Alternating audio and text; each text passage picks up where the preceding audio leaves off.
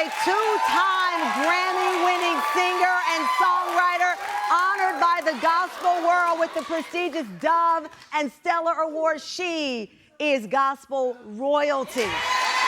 Hailing from a family of gospel greats, including the legendary Clark sisters, in March, she released her latest album, All Yours, debuting in the top 5 on Billboard's gospel chart.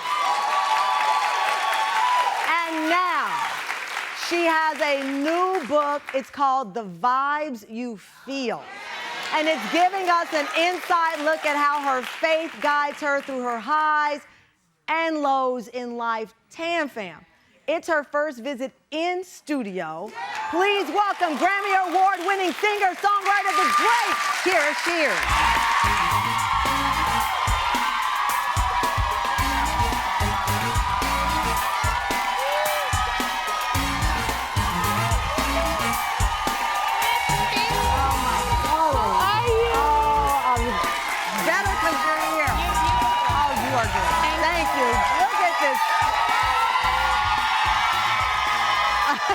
Oh, you're crazy.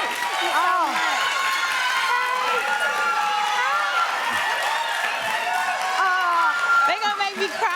Listen, as I've said, when I come out, sometimes I have to touch my heart because you feel that vibe. You feel it. Yes. Congratulations, Thank your you. new book. Thank you. Second book. Thank you. Second book. Thank you. The Vibes You Feel. Yes. First of all, just take me to, because I said to the audience that the hashtag, it's a vibe. Like Yes. 6 million TikTok and views on that, because I think it speaks to what we're all looking for. We're looking for that vibe. Yes. Yes, ma'am. How do you describe it?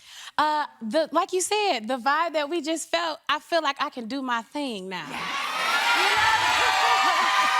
I feel like I can go ahead and do it. And that's what this book is about. Even when just greeting you, I literally got chills. But you know how when you hug some people, you don't feel no chill or nothing. If you feel a chill, it feel cold.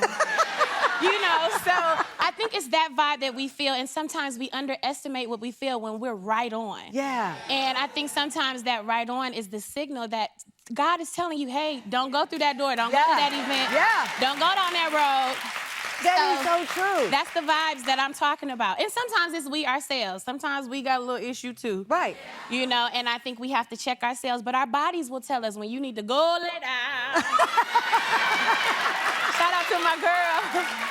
So those are the vibes we're talking about. It's true. You write in the book, I no longer question the things I sense. Yes. I take them as memos from my heaven-sent messenger on the inside. The vibes, the instinct, the intuition, and the nudges are the Holy Spirit advising me to stay in or get out. Yes. How did you, or when, because you obviously, you're gospel royalty, you're part of a faith-based family. Yes, so this is a message, I'm sure you've heard your own, like, you know, peace, be still, know that I am God. You know, all of that. But how did you learn to hear it and listen to it?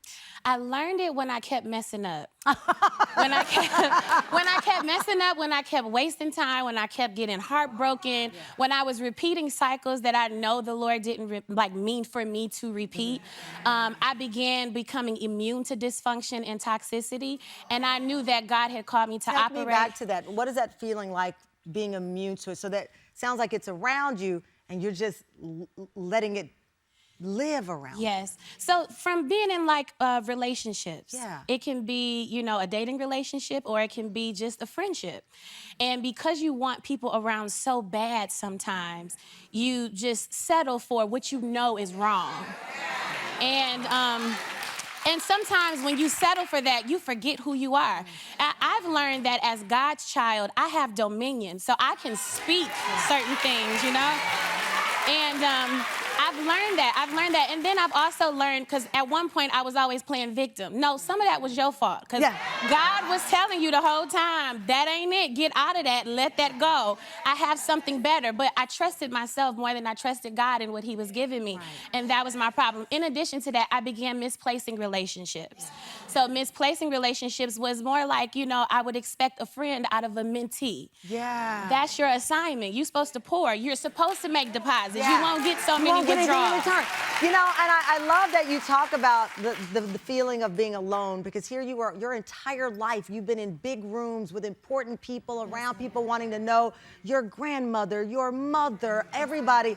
But I was so struck when you revealed that you felt alone at times. Yes. You can be around a ton of people, but when you don't feel like they have your best interest, and for me, my best interest is not just how I look externally. It has to do with my soul, my spirit, my mental, and I feel safe, you know? Yeah. Well, I think that hits a point, because so often, how many times have you had someone call you and all you have to hear about is their day, and they never take a breath to recognize you haven't said a single word, Right. or you haven't been asked, how are you? Yes, ma'am. Yes, ma'am. And then those relationships is what I learned. I said, you know what? I have more drain-like relationships than I have fountain relationships.